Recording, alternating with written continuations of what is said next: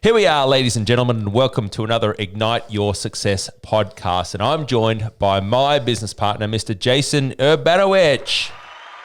The crowd goes wild. Hear him go. Welcome, sir. How you going, bud? I'm amazing. I'm fantastic, and I'm excited for this podcast. Yes. I'm not sure what it's about, but I'm excited for it. You got no idea. I'm going to spring it on you. So here we go. Today we're going to be talking about, ladies and gentlemen, all about business models, business systems, because what we often find is the conversations that we have around the office here at Trainer HQ, the situations that are occurring with our clients, we often find it gives us plenty of good content to speak about. So we wanted to share some of this stuff with our listeners today. So I'll kick it off. And the first things about this concept of when you're taking that stepping stone, big fella, of I'm now ready to hire my first personal trainer. And that is, I'm either underneath the roof of a commercial gym, I'm a rent-based PT, or I've got my own facility or studio and it's time to take that next step. So today we're going to start speaking a little bit about the business model and a bit about, I guess, some of the potential maybe pitfalls that people might fall into. I think pitfalls, fuck-ups, all that stuff's really, that's good to cover. It's the way to learn, isn't it? Hey, let's call them lessons. Yeah. I've become a really good problem solver over the years. You know why? Why is that? Because I fucked up a lot. So I had to become a really good problem solver. So that skill has then helped me. Yes, thank you. Yeah. That skill is now helping me with other people to stop them doing a similar thing. Absolutely. So that's why I want to share. So let's get to the nitty gritty of it. All right. Let's say that first probably pitfall trap we see. You're a rent-based personal trainer, you're underneath the roof of a commercial facility, and you've hit capacity, and you're like, all right, it's time to now take that next stepping stone and cross the chasm into going from solo independent owner of a PT business into more formalized business owner. And the way I define business owner is you've got a system, you've got people, you've got processes that work for you, which means that you're not 100% responsible for 100% of the revenue that comes into your business. So that's kind of step number one, is it, big fellow? Like when people actually make that decision, it's quite a big jump for many of our clients. It can be a big jump, very daunting. There's a number of things that pop up. We'll have enough clients, to provide for the new trainer. I think that people like the idea of it. Help more people. So there's a lot to consider and there's a lot to go on, because for the most part, I guess they've just tried to make their own business a success by themselves in the first instance. So yeah, there's a lot of things that they have to consider. Yeah, and definitely some of these false limiting beliefs pop up, and to address some of those straight up, like you just said, hey, I've got myself to capacity or to the sessions I'm at, but hold on, now I'm responsible for somebody else, and I've got to now get that person to 25, 30, 35 sessions a week, and suddenly there's this potential, what do we call it, burden of responsibility that they sometimes feel. Yeah, I would agree. And even to get to that point, we've had this experience with a client of ours who was, about to embark on hiring their first PT, but it was always, I'll hire the PT when I get to, how many sessions was it? I think it was like 35 sessions. And funny enough, it never actually got there. So it would get to 33, go back to 30, back to 33. And so the target was never reached, which meant they never really had to do it. Yes. So, and as a result, when we broke it down and looked at it, funny enough, if it was a financial thing, which is what I explored, this particular person had a price increase and ever since they started, and they, you think 30-something sessions, yes, even a $10 price increase over each session, it's another $300 per week. What we should pretty quickly figured out, didn't need to hit 35 sessions, so then it became more about, what's the real issue? Yes.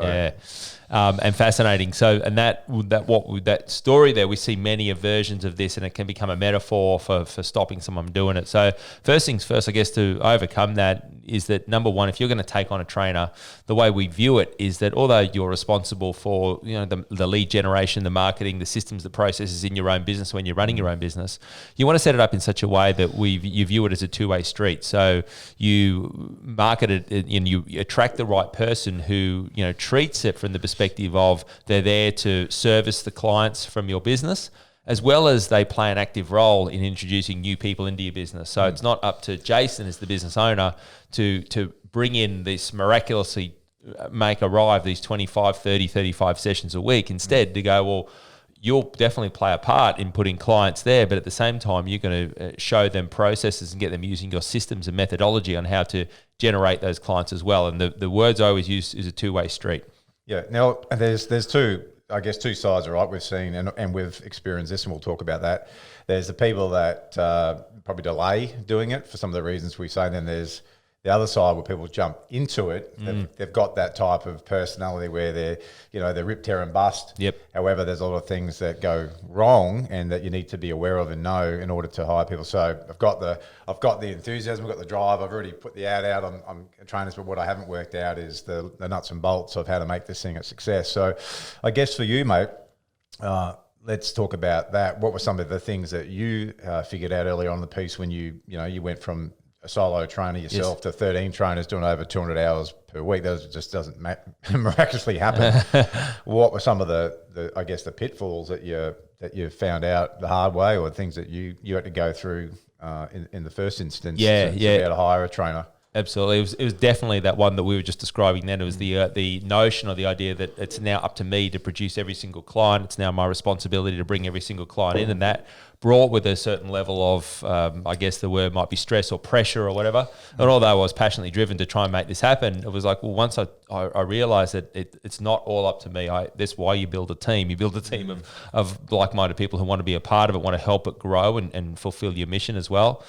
So that was that part. Once I overcome that part, the next part was the nuts and bolts in terms of the financial structure and the money side of it. And so from that perspective, we do see this happen a bit, even in this day and age. Someone puts a trainer on board, all guns blazing, yep, happy days, but we haven't really meticulously worked out every single dollar and where every single dollar is tracking. And I know for a fact that 20-something years ago when I started doing it, I really hadn't looked at that either. It was just like, here's the bit of money that comes in, here, and of that money, here's the bit that I get, and here's the bit that my trainer will get. Yep. But I hadn't really considered all the other stuff, and so that's a major pitfall.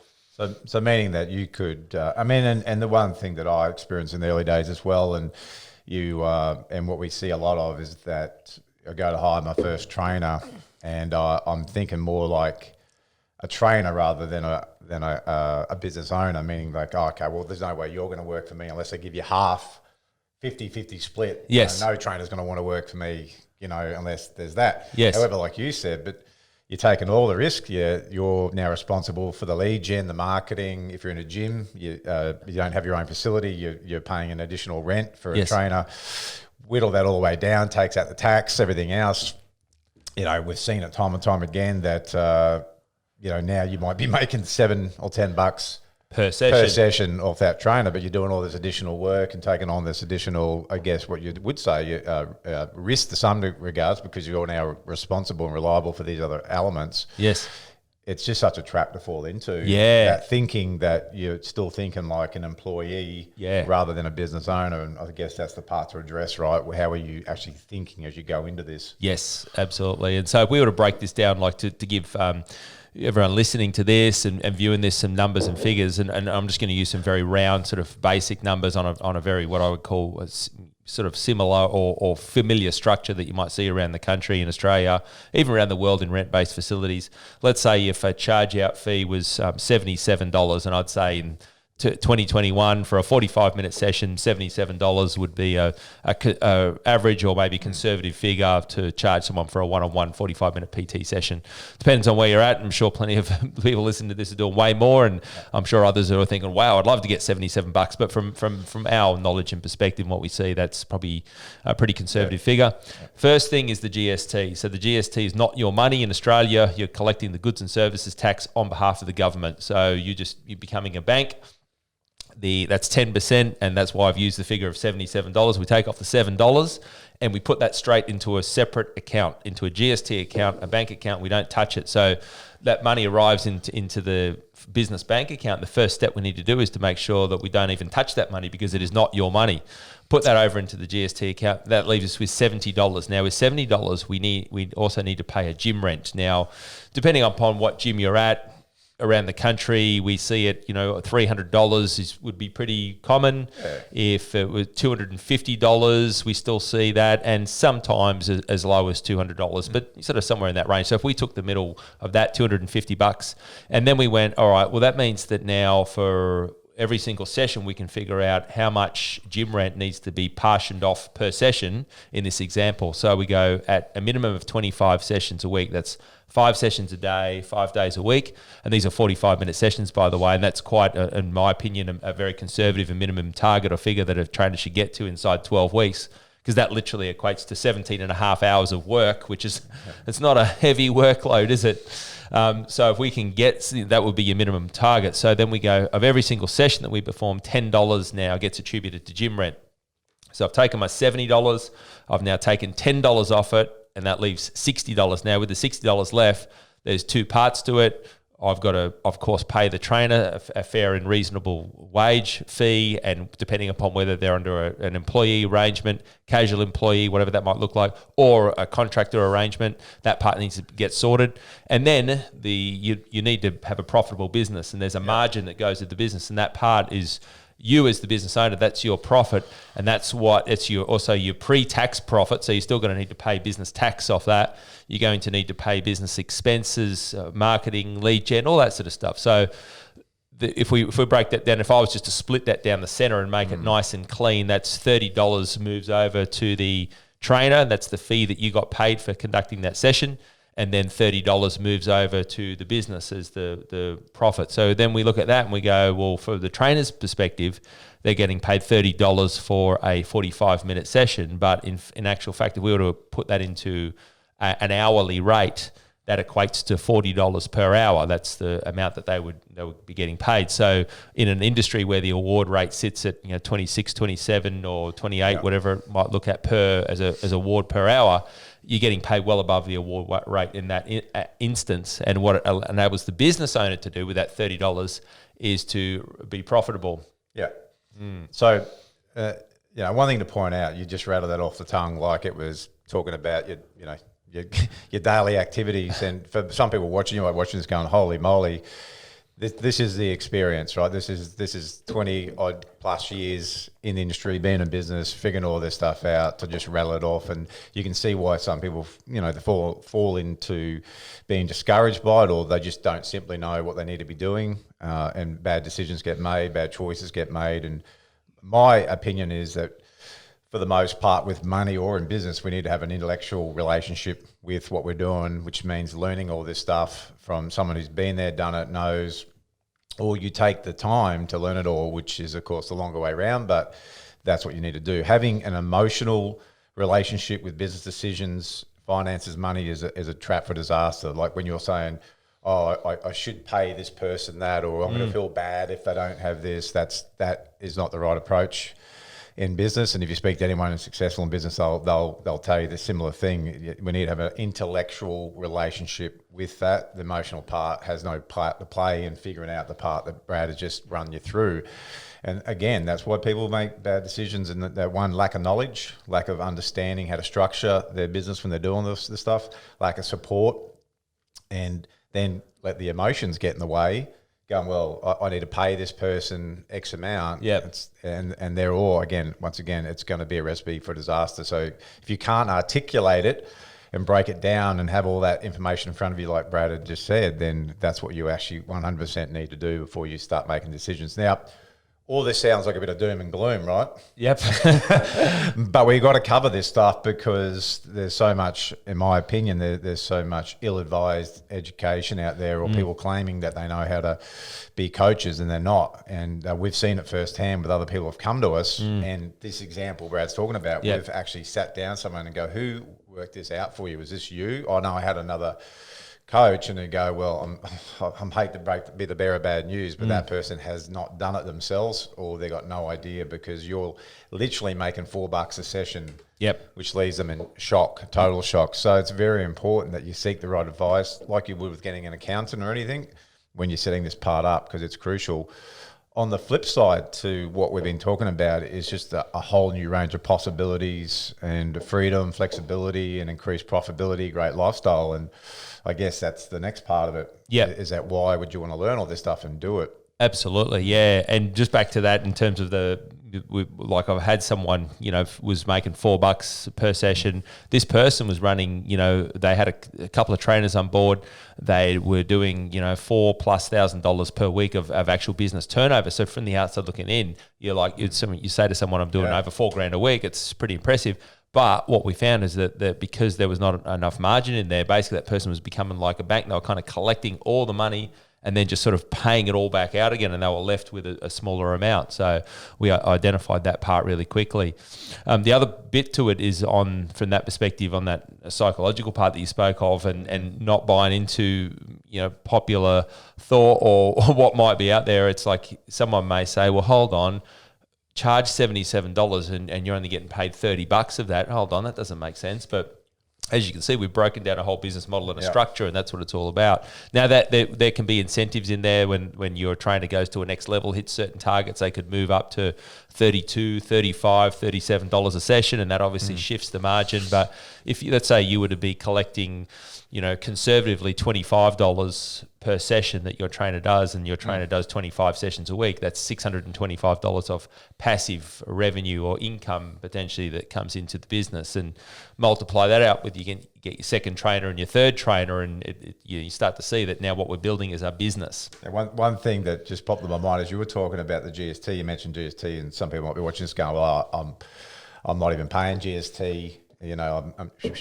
There's money getting stashed away under the mattress. Wink, wink, wink. And or you're just not that level yet. But if your aspirations are to have a sustainable business, strong and profitable business, have a home, you're going to need to show that your business is profitable and you make that money. So that's my first thing about that. If you're in the business and you want to be successful, trying to take cash and avoid pay, that's also not the way that you'll see anybody successfully do it.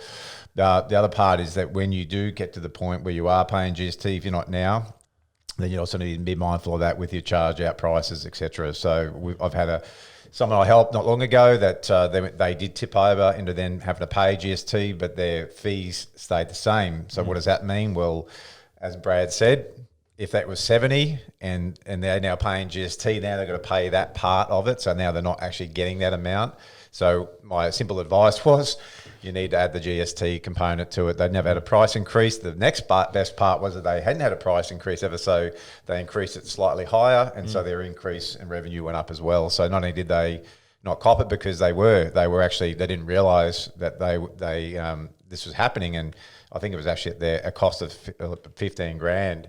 So you'd rather that $15,000 in your pocket, and with the price slight first day of the new lips, slight price increase as well. It actually meant that their revenue went up. Yes, for the following financial year. Big trap to fall into. And the best way to give yourself a 10% pay drop by not on charging it. And I guess there's other ways of looking at it, because you are a business, you can discuss it in terms of fee plus GST, and that is another way to go about. So it's actually not $77. We charge $70 plus GST. Yeah, and that's what they did. Yeah, and the beauty of that is that once again we separate the two, and it's not just like we're looking at the overall bigger figure, so to speak.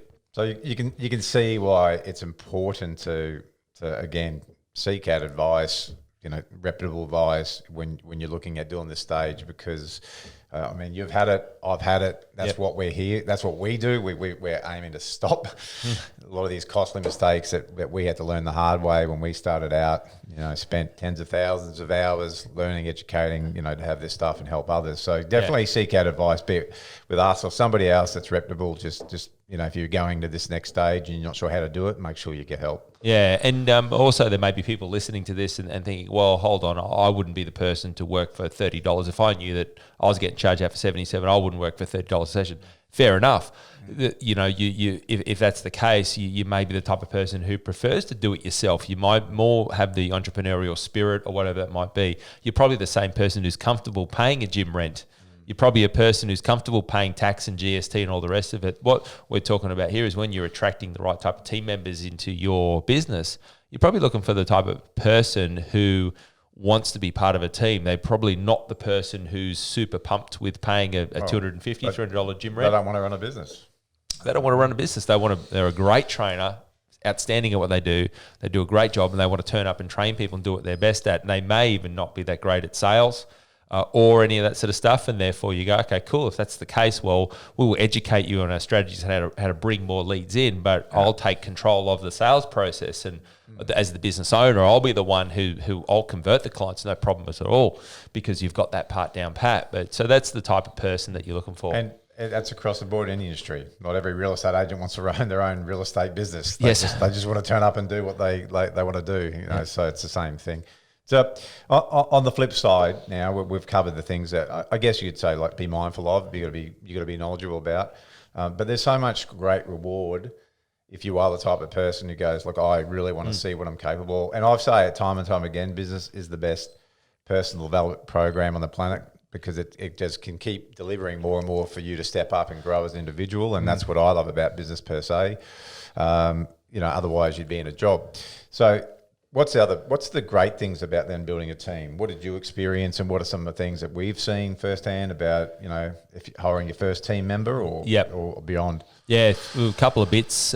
First things first is just increasing your own, professional and personal development. So it's like, all right, what I want to do now is I want to give back. I'm so passionate about everything that I've done. Mm-hmm. It's now time to start teaching people my strategy, my methodology, and that's step number one. Step number two is I want to move beyond this thing called professional loneliness, where it's me, I'm the head honcho, I'm the CEO, I'm the salesperson, I'm also the person that delivers the session and does the admin and does the social posting and all the rest of it. So it's like, now what I've now got is this support network, and I'm starting to build something greater than myself. And it moves beyond, just there's a monetary part to it, but more importantly, there's the part where you do get to share all this stuff with other people and get to assist in other people's growth and development.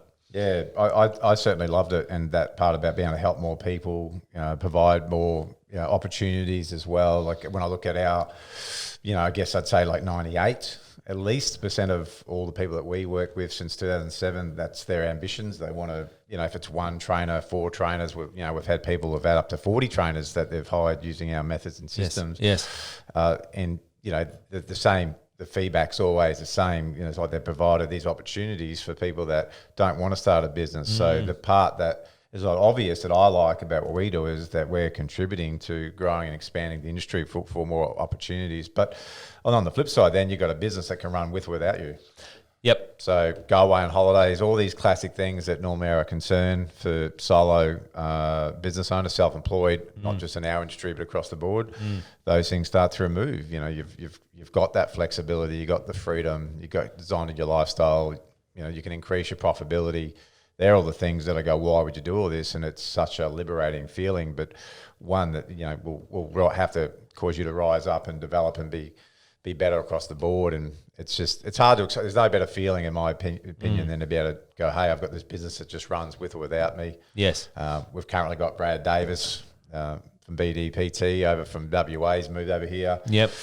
We met him a couple of years ago, solo PT. Now he's got 9 trainers working for him, has a gym that he took over. And now that runs over there while he's over on the East Coast here, living on the Sunshine Coast, because that's what he wanted to do. Yes. So, that's a quick snapshot of what's possible. And that business just runs with or without him. Yeah, it's so good, and so good to see. And I guess within that, then we go, well, if your mission is to serve more people or to have a more positive impact on more people's lives, how do you do that? Well, me, Brad, as a solo trainer, I can service X number of clients, but with my team, I built up a team of 13 trainers. Well, now we get to impact all these other people's lives. We get, the footprint that we leave is huge. And we call it the ripple effect, So it starts with going, all right, starts with one person, and then we have a trainer who's servicing 20 or 30 sessions a week, and then it just continues on, and that part's super cool. So we'll have people come in to our program, our network. They'll join the Train HQ community, and they start with like the idea of the possibility of hiring a trainer. Maybe some people are different. They think, I think in a year, and again, we're we're never surprised, but they are when it's like 3 months down the track. They're at capacity. They've got no more room. They're built up. They've had price increases, and they're going, well, it's time to that. The decision's there. And I love the fact that you got the choice, and then they see the model, they see it, because it's a lack of confidence and knowledge that stops people, really, the ability to go, well, I'm not sure how to do it, how to go about it. Once they see all that. And, seeing is believing, and they see everybody else that I guess has come through before them, and it builds confidence. And, again, we'll see people go, they were expecting to do it in 12 months' time, but, 3 months down the track, they're now calling us going, well, okay, let's get this at a higher, the team member going now because I'm ready. Yeah, it's a great problem to have. I'm fully booked and I'm at capacity, and I've still got new inquiries and leads coming through, and it's the obvious choice for me to do. The other thing to note is that this is completely applicable, transferable to if you own your own PT studio, if you run a mobile outdoor business, if you run an strictly outdoor business. So this model just transfers right across the way. Now, the figures I spoke about before is the gym rent, $250 or $300 a week. But if you run your own studio, of course, you figure out the cost of to keep the doors open, and then from there I'll work backwards from there, and I might put a cost per trainer, and I might go, okay, cool, it costs $800 a week to keep these doors open. All right, well, if I've got 4 trainers, that means that $200 a week from each of the 4 trainers needs to contribute to this facility to keep this place going.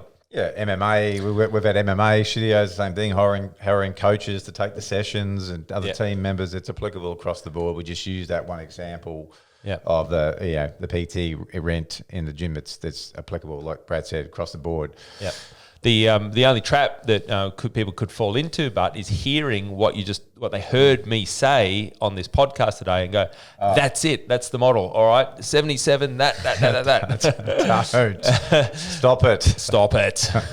The reason being is that doesn't apply to every single situation, circumstance, and so forth. So what you need to do is you need to get help from somebody that's been there and done it. Do your own due diligence, set it up in such a way so that it suits your particular business model. This is for entertainment purposes. We're not financial advisors. We're not giving out advice. We're not. If you want to do this stuff, you need to go and seek out proper coaching, get proper advice for you. Like you see on YouTube everywhere else, we're not telling you what to do. It's not advice. It's for entertainment purposes. But if you are going to look at doing it, you need to seek out advice. So we're not saying go and charge $77. We're not saying do this. We're saying that's what's possible. I've always wanted to say that. I always see the other videos. Oh yeah, nice. They go, hey, it's a disclaimer. I'm not a financial advisor. I'm just here. Usually in the radio commercials, they say it really quickly at the end, don't they? Terms and conditions apply. Yeah, nailed it. So over to you. I mean, as we start to wrap this up, hopefully this has made some sense for those of you who want to take the step. If I was to summarize it, I'd go, those of you that want to go down this path, it is an incredibly rewarding path to go down.